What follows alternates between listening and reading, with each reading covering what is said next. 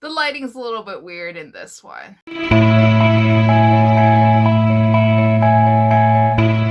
Hi guys, welcome back to the channel. Now, today I am talking about all the 2019 releases that I haven't gotten the chance to read this year. I know it's been a busy year for all of us, but for some reason I just couldn't bring myself to actually start on these books.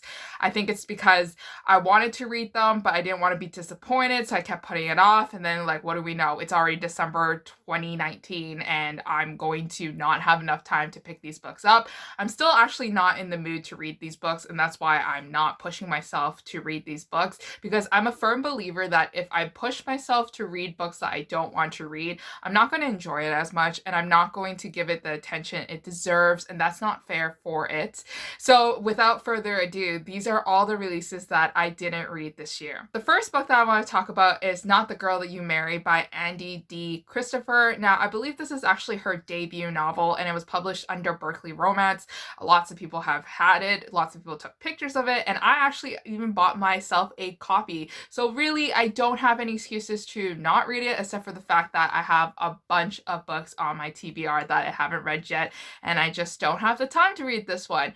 So what I was told from a lot of booktubers and a lot of reviewers is that this book is actually the book version of How to Lose a Guy in 10 Days, starring Matthew McConaughey and I believe Kate Hudson. Now, I love that movie. That movie was very dramatic, it was very cute, and I really liked that romantic comedy. I remember it feeling very angsty towards the end because I just didn't know if they could have the chance to be together. Like, I really wanted them to be together, but it was like this very critical moment, if I remember correctly. And till this day, I can't rewatch it because I know that inside my heart, I could not handle that angst and I could not handle the pain in my chest of seeing these two people who are clearly in love with each other and having the chance of not being with each other in the end.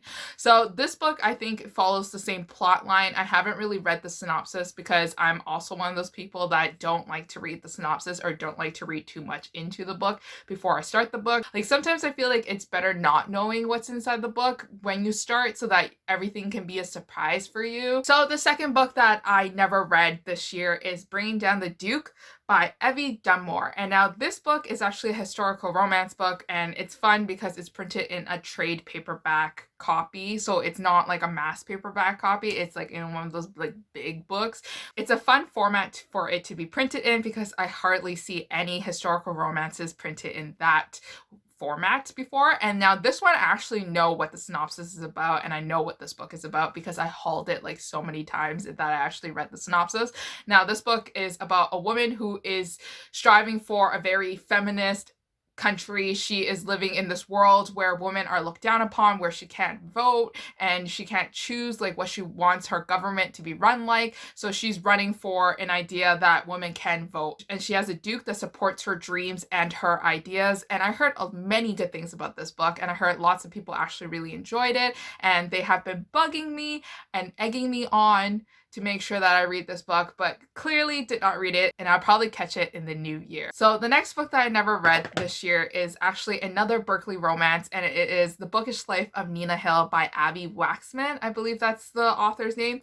And it is a surprise that I never read this book because it's about a girl who loves books, and she is living a very quaint and quiet life in like London, I think, or like in the UK.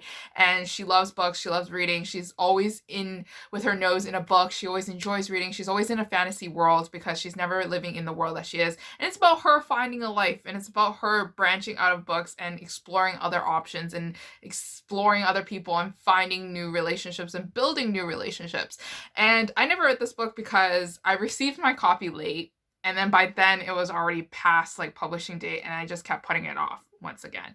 And I had a friend who actually told me on Instagram that the book was like mediocre, it wasn't that great, it was actually like a woman's fiction novel, and it wasn't that romantic, it didn't focus a lot on the romance, which I'm fine with. Like, I'm okay with women's fiction. Like, I'm definitely okay. Like, I have a lot of people that I know that actually don't read women's fiction because they find it boring, but I'm at the time in my life where I want to read romance, like women's fiction, because I relate to a lot to what's happening to these women in these books, if that makes any sense.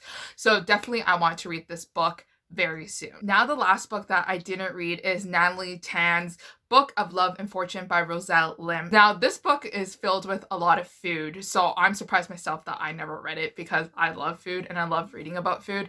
But this book has magical realism in it. I believe it deals with a character named Natalie Tan, and I think Natalie Tan deals with her mother's death and her passing and how to run the restaurant that her family has been running for like the past couple of decades. And it's about her coming to terms with the death and dealing with the grief and learning how to move on from it.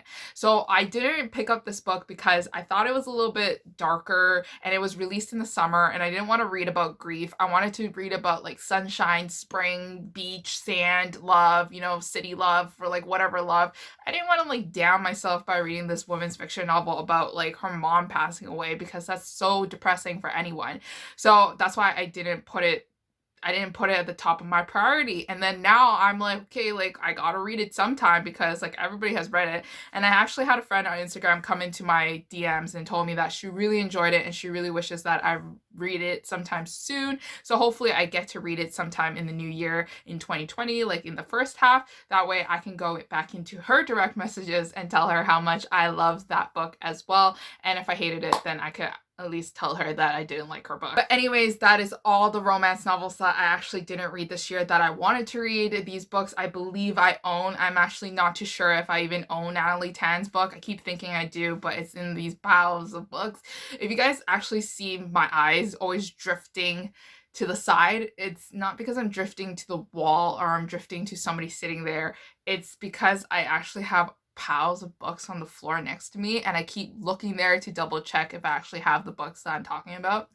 But that's just a little fun tidbit.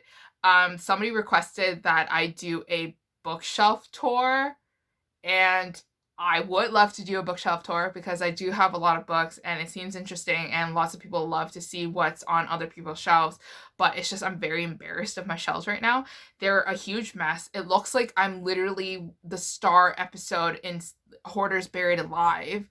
Like it looks like somebody needs to come and take me away. But anyways, those are all the books that I never read this year and that I want to read early next year. And hopefully you guys read some of these books and you can tell me in the comments below which books that I didn't read are your favorites, and then I could put it on the top of my TBR list. And if you guys didn't know any of these books, maybe you can add it to your TBR list and then we could both read it together in the new year. But anyways, until next time, I'll see you guys again. Bye.